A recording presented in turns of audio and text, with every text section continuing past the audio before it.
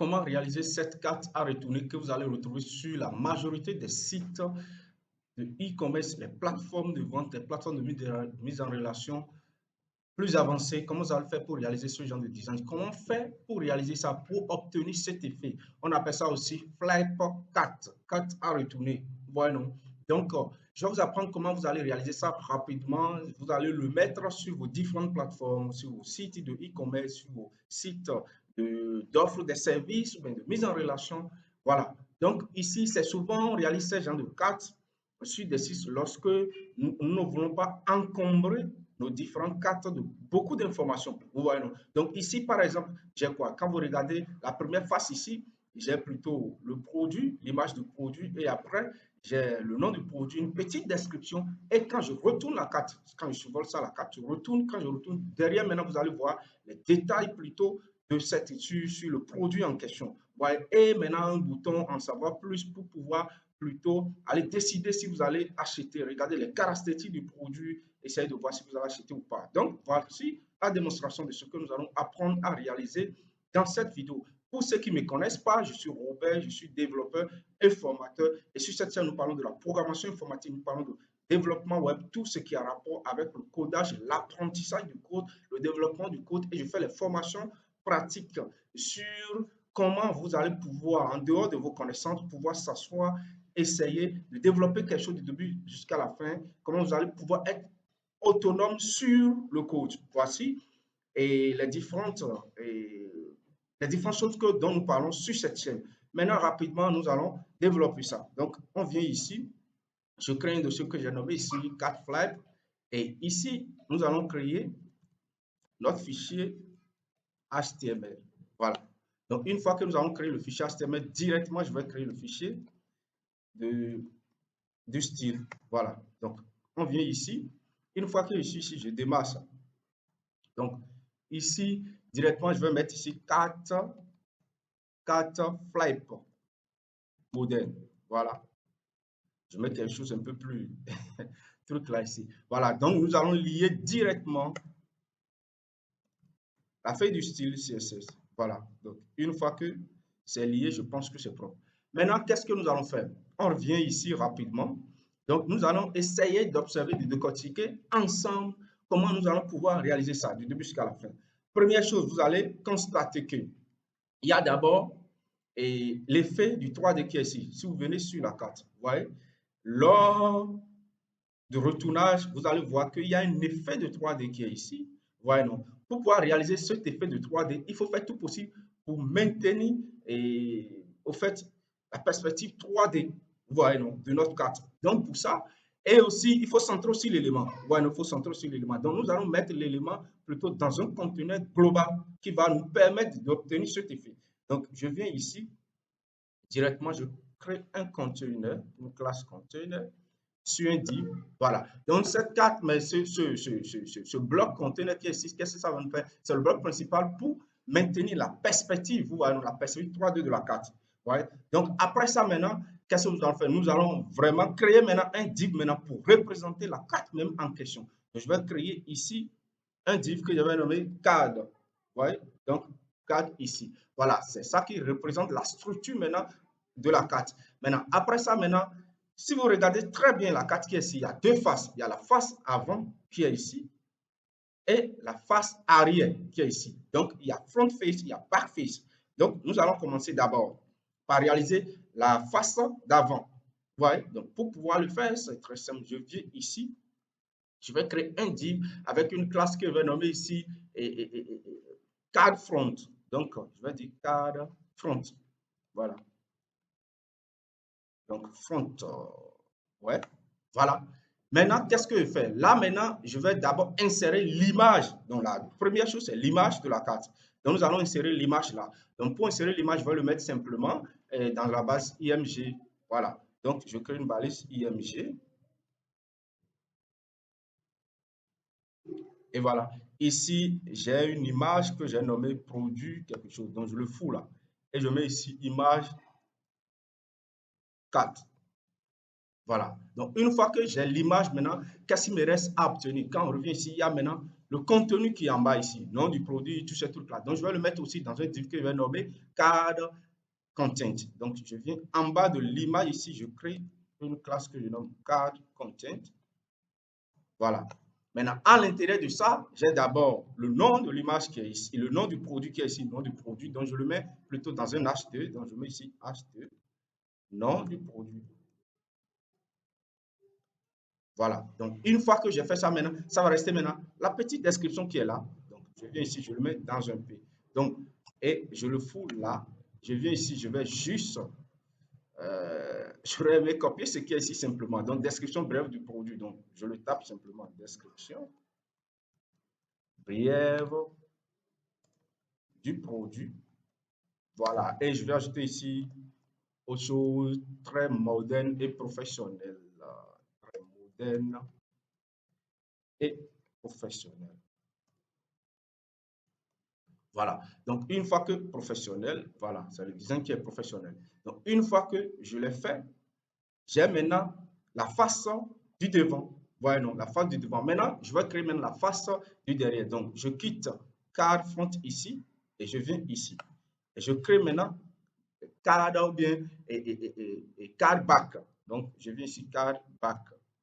Voilà. Donc, une fois que je l'ai, je fais exactement la même chose. Ici, il n'y a pas, quand on regarde ici, il n'y a pas d'image. Il n'y a pas d'image ici. Voilà, il y a directement le contenu. Donc, je vais créer directement le card content directement. Donc, je viens ici, je mets card content. Voilà. Dans card content, j'ai quoi et quoi? Donc, quand je viens sur ça, j'ai d'abord le titre qui est là, le HT qui est détail du produit. Et après, maintenant, j'ai le P qui est ici, la description. Et j'ai le bouton qui est ici, c'est tout. Donc, je viens ici, je mets HT. Ça, je mets le P qui est ici. Et le P ici, je viens là-bas. Je le mets ici, ce produit est élégant. Donc, je viens ici, je le mets là, ce produit est élégant. Et après ça, maintenant, j'ai le bouton qui est en savoir plus. Donc, je viens ici, je mets le bouton ici et je mets en savoir plus. Donc, je le copie. Bon, je le fous là. En savoir plus. Voilà. Donc, une fois que j'ai ça maintenant, donc, vous voyez maintenant, c'est très simple. Hein? Nous avons mis d'abord les deux faces. La face d'avant qui est ici et la face d'arrière qui est là. C'est tout. Donc, mais vous allez constater que les deux sont des faces pour la carte. Les deux sont des faces pour la carte. Nous allons essayer d'utiliser les techniques qu'on fait BME, Block Element Modifier. Donc, nous allons ajouter, pour pouvoir changer le design, vous voyez, quand vous regardez très bien les deux faces ont en quelque sorte le même style. Ouais, non. Donc, ils ont toujours d'ombre, de shadow, ainsi de suite, et des arrondis, ainsi de suite. Donc, pour pouvoir personnaliser les deux de la même façon, nous allons ajouter une classe commune aux deux faces-là. Nous allons nommer cette classe simplement card face. Donc, je vais venir ici, je viens, et ici, j'ajoute une classe qui s'appelle card face, qui va me permettre de faire le style commun entre les deux. Voilà, non, c'est tout. Donc, une fois que je fais ça, c'est terminé. Je vais commencer maintenant le CSS. Donc, je viens ici, je vais scinder ça en deux. Et selon le taux de regarder ceci, voilà. Donc, je vais regarder ça et je vais faire ça. Donc, je viens ici. Voilà. Donc, une fois ici, la première chose que je vais faire d'abord, réinitialisation. Je vais réinitialiser les margins, les padding. Donc, je viens ici, je mets padding 0. Voilà. Donc, une fois que je fais ça, je mets margin 0. Et je mets boss sizing, border boss. Voilà. Donc, une fois que je fais ça, je vais ajouter maintenant une police commune. Donc, je mets font family. Et la font family ici, je vais utiliser plutôt ici Arial. Et deuxième, ici, je vais mettre un peu de virgule, je mets sans serif. Voilà. Voilà, donc je le mets là. C'est tout. Donc, une fois que j'ai terminé maintenant, je vais attaquer maintenant, je vais faire le style du corps de la page. Vous voyez? Donc, je vais centrer la carte ici. Il faut que je le centre au milieu. Donc, pour le centrer, c'est très simple. Je prends le body ici. Je prends le body et qu'est-ce que je fais? Je mets simplement display flex. Voilà. Et je le centre sur l'axe principal du display, c'est-à-dire l'axe horizontal. Donc, je mets justify content center. Voilà. Et maintenant, il faut que je le centre aussi sur l'axe croisé, c'est-à-dire l'axe vertical. Donc, et là, item aussi center. Sauf que quand je vais faire ça, ça va se centrer sur l'axe horizontal. Donc, je peux venir ici, on va tester directement. Donc, je viens ici et je lance ça. Voilà. On va voir ce que ça donne d'abord. Donc, quand on vient ici, ce que je vais faire pour l'image qui est ici, je vais prendre d'abord IMG pour pouvoir obtenir quelque chose qui est bon. IMG, je vais lui donner une largeur, je ne sais pas trop, hein, 200 pixels. Même si c'est petit, ça va me permettre en quelque sorte, voilà. Donc, je centre l'élément. Voilà, l'élément est centré sur l'axe horizontal, mais sur l'axe vertical, l'axe croisé avec l'intersection ne se centre pas. Pourquoi? Parce qu'il faut donner une hauteur par défaut à ma fenêtre, à body. Ouais. Par défaut, on connaît la largeur de la fenêtre parce que ça s'arrête ici. Ouais. Mais pour la hauteur, on peut insérer autant d'éléments qu'on veut et on peut scroller jusqu'en bas. Donc, la hauteur n'est pas prédéfinie en avance. Mais on sait que la hauteur qui est ici, ce qu'on voit ici, le blanc, en bas ici, c'est la hauteur virtuelle, c'est-à-dire la hauteur qu'on voit directement à l'œil de notre navigateur. Donc, ça donne 100. Donc, 100 VH. Voilà, non? Donc, on va venir ici, View 8. Donc, on vient ici pour que ceci, pour qu'il puisse centrer ça, il faut qu'on ait la hauteur pour pouvoir savoir où est le centre de telle longueur. Donc, il faut donner la hauteur d'abord pour notre body. Donc, on va venir ici et on va dire 8. On va donner simplement 100 VH. Et quand on fait ça directement, voilà, ça va pouvoir le centrer maintenant parce qu'on connaît la hauteur. Voilà, ça, c'est une parenthèse. Donc, on termine avec ça. Je peux virer ceci si je veux, hein, mais je vais garder ça d'abord pour pouvoir continuer ce que je suis en train de faire. Et je vais lui donner un background. Donc, je mets ici un background ici. Et le background ici, ça ne sera pas totalement blanc. Donc, je mets ici un background F3, F4, F6. Voilà. Donc, un peu du blanc, mais du blanc un peu sale. Ouais, c'est bon. Donc, une fois que je fais ça maintenant, je vais attaquer même mon conteneur. Donc, mon conteneur, simplement, pourquoi je l'ai mis? C'est pour obtenir l'effet 3D qui est ici.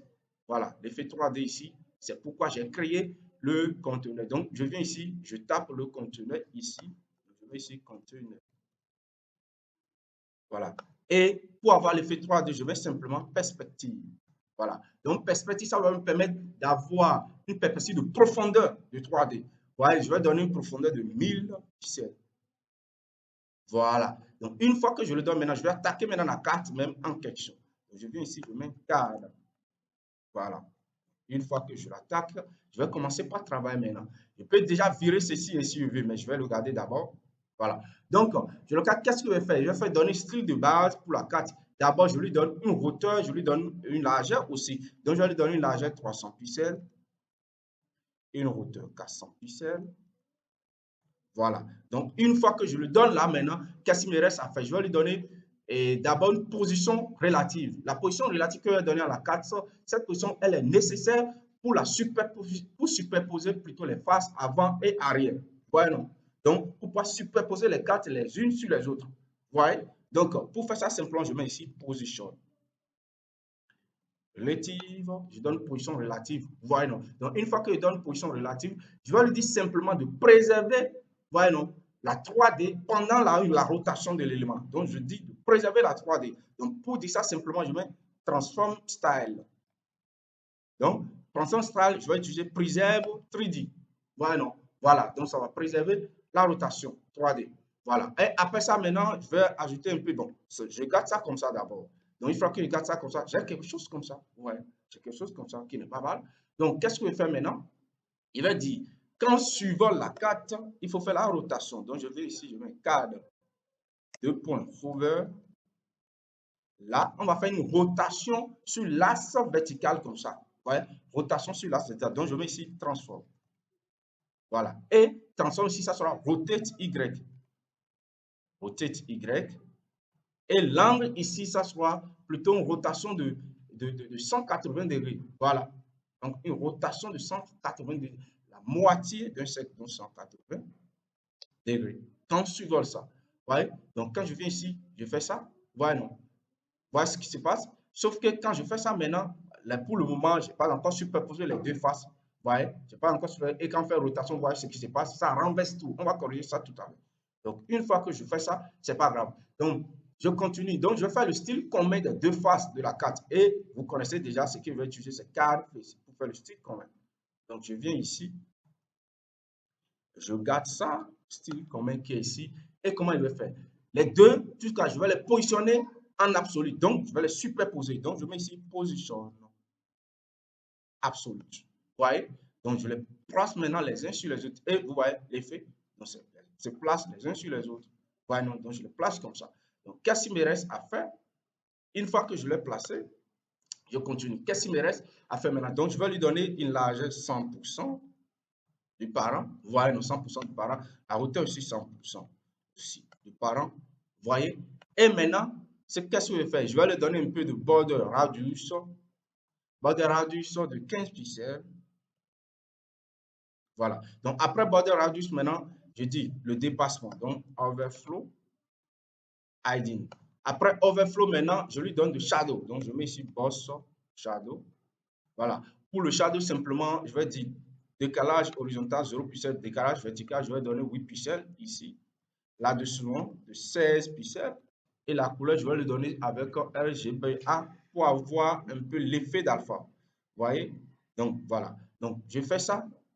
Je vais faire comme ça un peu pour que vous puissiez voir. Donc, je vais donner noir à 30%. Donc, je mets ici 0, 0, 0 et 0,3. Voilà, 30%. Donc, 30%. Donc, si je fais ça, voilà ce que j'obtiens. Vous voyez? Quand il fait la rotation, ça ne donne pas encore ce que je veux. Donc, voilà ce que j'obtiens. Vous voyez, non?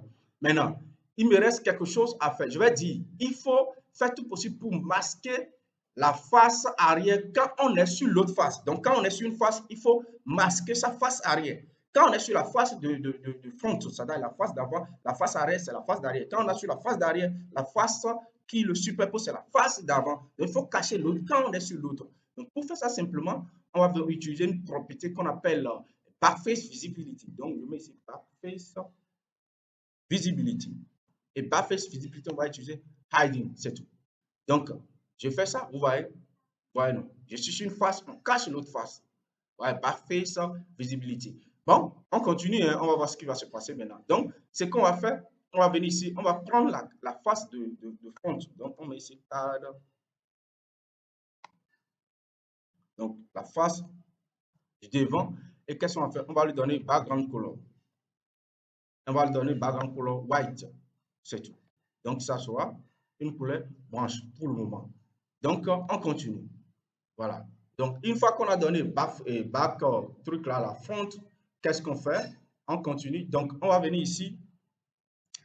On va attaquer quoi maintenant? On va attaquer la carte content. Je vais essayer de taper la carte, ou bien je vais taper l'image de la carte de front, de la face de front. Donc, je viens ici.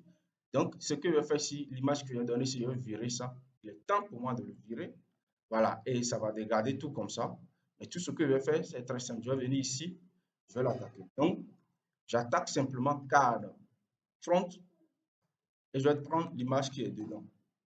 Et qu'est-ce que je vais faire maintenant pour l'image qui est dedans? Je vais lui donner la largeur de 100%. Mais je vais lui donner une hauteur d'environ 200 pixels, donc une hauteur de 200 pixels. Vous voyez? Et quand je donne ça, j'ai quelque chose comme ça. Voilà, ça donne déjà à peu près ce que je vais obtenir. Donc, après, maintenant, je vais essayer d'utiliser Object Fit Cover pour bien customiser l'image. Donc, Object Fit Cover. Voilà. J'ai fait ça. L'image maintenant n'est plus étirée. Vous voyez? Donc, c'est propre là maintenant. Donc, une fois que je fais ça maintenant, je vais attaquer maintenant la card content, le contenu. Donc, je viens ici. J'attaque card content. Je vais toujours essayer de faire comme ça. Voilà. Donc, j'attaque maintenant card content. J'espère que je l'ai très bien fait. Je l'ai très bien pris plutôt. Donc, card content, qu'est-ce que je fais? Je vais lui donner juste un padding de 20 pixels. Et après ça, je vais centrer l'élément. Donc, test align center. Vous voyez? Je centre l'élément. Là, j'obtiens déjà quelque chose qui ressemble à ça. Ouais, non. Donc, je centre l'élément comme ça. C'est tout. Vous voyez? Et vous allez voir que la carte d'avant, maintenant, là, de face, j'ai déjà terminé ça. Ouais. Donc, ça reste maintenant attaquer la face d'arrière, puisque ici, maintenant, là, ça superpose ça et on voit ça là. Donc, ce que je vais faire maintenant, Je viens ici, je vais attaquer maintenant ceci, card back. Une fois j'attaque card back, qu'est-ce que je fais plutôt pour card back? Donc, je vais lui donner un background. Le background qui est ici, qu'on observe ici. Ouais, c'est un gradient linéaire. Donc, je vais venir ici, je vais lui donner un background. Je vais mettre ici, gradient, linéaire gradient. C'est tout. Donc, pour linéaire gradient, qu'est-ce que je vais faire? Je vais donner d'abord une linéaire gradient de 135 degrés d'angle. Et je vais donner maintenant les couleurs. Donc, les couleurs ici, ça sera plutôt quelque chose un peu plus. Donc, je mets FF et 5F, 6D. Voilà, une couleur comme ça. Voilà. Et après, la deuxième couleur que je vais donner ici, c'est toujours FF, C quelque chose. Donc, C3 sont 11. Voilà. Donc, quelque chose qui ressemble un peu à jaune, un peu jaune clair, quelque chose comme ça. Ouais. Donc, une fois que je l'ai fait, voilà, pour le moment, vous voyez, donc vous voyez, je l'observe. Voilà, donc pour le moment, c'est ce que j'obtiens ça. C'est pas mal. Donc, après ça, maintenant, je viens ici.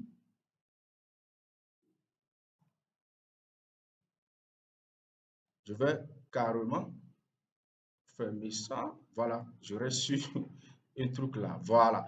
Donc, une fois que j'ai ça maintenant, je vais lui donner maintenant une rotation. Vous allez voir que la face d'arrière, voilà, la face d'arrière est déjà tournée à 180 degrés pour se retourner après. Voilà. Donc, c'est déjà parce que quand on suivra ça, on fait rotate ici. N'oubliez pas, on fait rotate ici. Donc, quand on fait roter, par défaut, la casse d'arrière, la face d'arrière est déjà tournée à 180 degrés. Donc, il faut qu'on le retourne par défaut. Voyez? Donc, pour le retourner, on met transform ici pour le ramener à sa place. Donc, on vient ici, rotate Y, et c'est toujours 180 degrés.